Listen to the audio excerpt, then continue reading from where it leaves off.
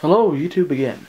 I am doing another review, and if you haven't guessed already by the substantial amount of them, I'm doing it on Gordon. So first, let's get to a timeline of the engine. So here, 1992, it's Gordon's original form. Very simple, but I like this. I like this a lot. Because, mainly, not because of Gordon, but how they designed the other engines. For example, let me pull up and Henry for that similar year. Now look, you can see the size difference of the engines. If you compare it to a James,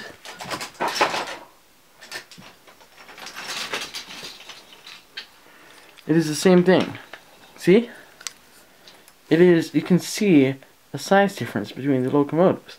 So you can actually see that Gordon is the one doing the one with the bulkiest design, which he has, and the largest design, and most powerful. So that's one thing I really like about small. It's basically the simplicity. The nostalgia on this item is high. Basic things that it has is basic 92 old style turning and flat magnets without cover. Same on the tender. Staples for the tender though. Black coal.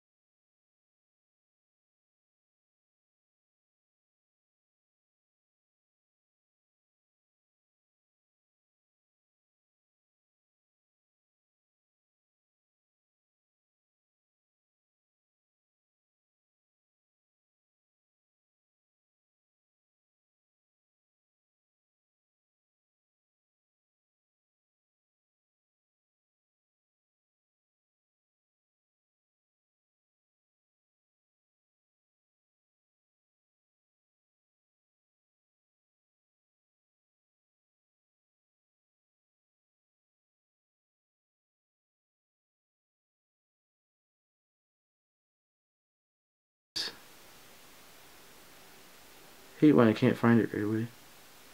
2000, the 2000 model of it. Alright, now let's move on to the next Gordon. Now this is what people know as new style.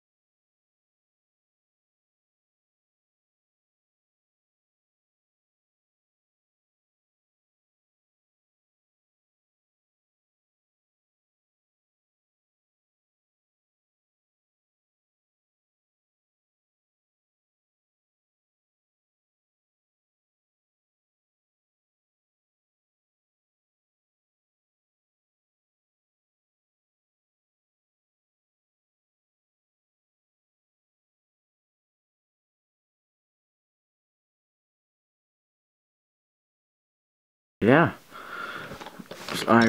This has to be my least favorite of all of them.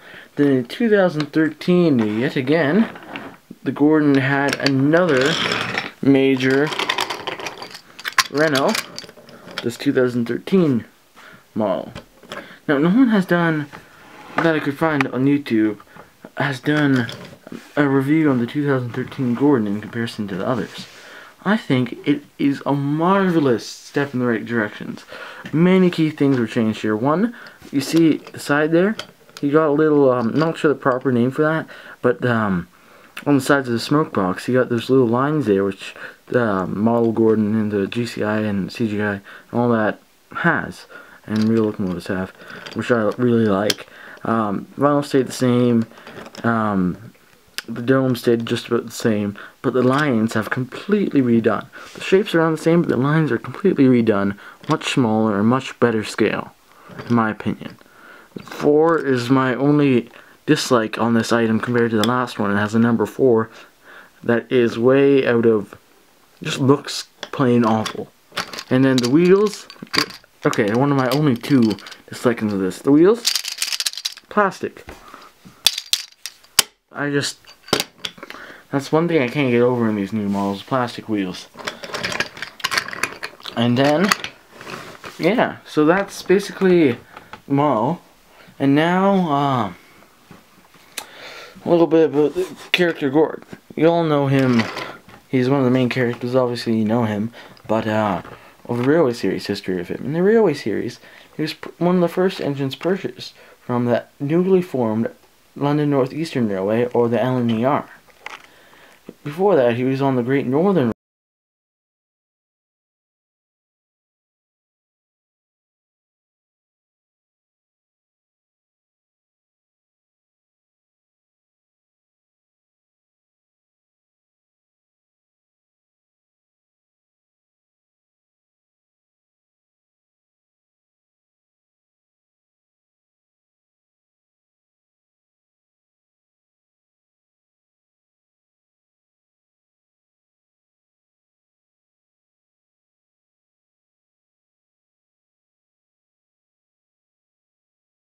Pippa and Emma, diesel high-speed locomotives took over that duty around, I think, the late 90s, maybe early 2000s, but I think late 90s. Yeah, he was fine with it. He's happy with it, actually. He gets to pull 2 or 4 trains a day, 2 return trips, instead of only having to pull 1 return trip. So he's enjoying that now, and he's stationed at Tidmouth. So, that's about the character itself. Now, down to the hardcore numbers. So, it's really hard to put a number on all these Gordons. I think it's because they vary so much from one to another. Each one has a lot of things differ. The only two that don't differ as much is these two. But other than that, they differ extreme amounts and had overhauls between each other. Now, okay, I think I'm going to have to do this individually per locomotive and for 2 levels, nostalgia and realism.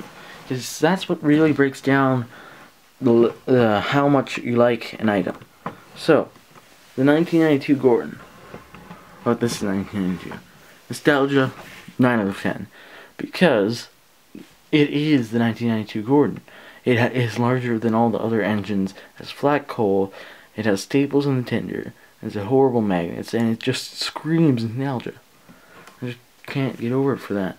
And then 2000, but oh, realism. Realism marks are varied. I would say maybe 5 out of 10. Doesn't have any lines. If it had the 2013's lines, it would be better. If it had the 2013's boiler lines, it would be good. It doesn't have a firebox. That might be one of the only improvements I could say. And, yeah, so it's 5 out of 10 for realism. And it doesn't have the side things there.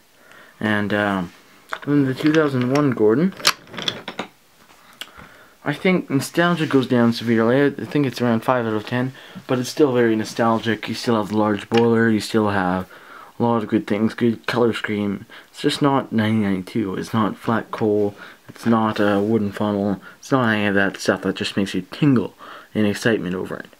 Now, this Gordon, oh, forgot realism. I always forget to do one of the 2 measurements. So, realism, probably, did I say 5 out of 10 for the last one? I'll give it 1 mark better than the last one, just because plastic coal adds stuff, and, yeah, the things were shaped up a little better on this one. So, 6 out of 10, I said 5 out of 10.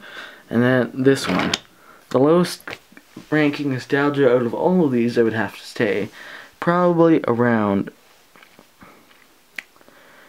3 out of 10, maybe 2. Because this is the nostalgia killer from collectors, in my opinion. This is the thing that screams, I am not from your classic days with Britt Allcroft. I am a new thing from Hit Entertainment and look bloody awful. So that's my opinion on that one. But then, the 2013 makes a lot of amazing improvements. Okay, I kind of ran out of track to put these Gordons on, so bear with me here. There we go. 2013. This one, I think, is a massive improvement. A lot more realistic, due to the lines, and only disadvantage is the 4. But other than that, it's perfect. And nostalgia, it gets a lot of nostalgia back compared to this one.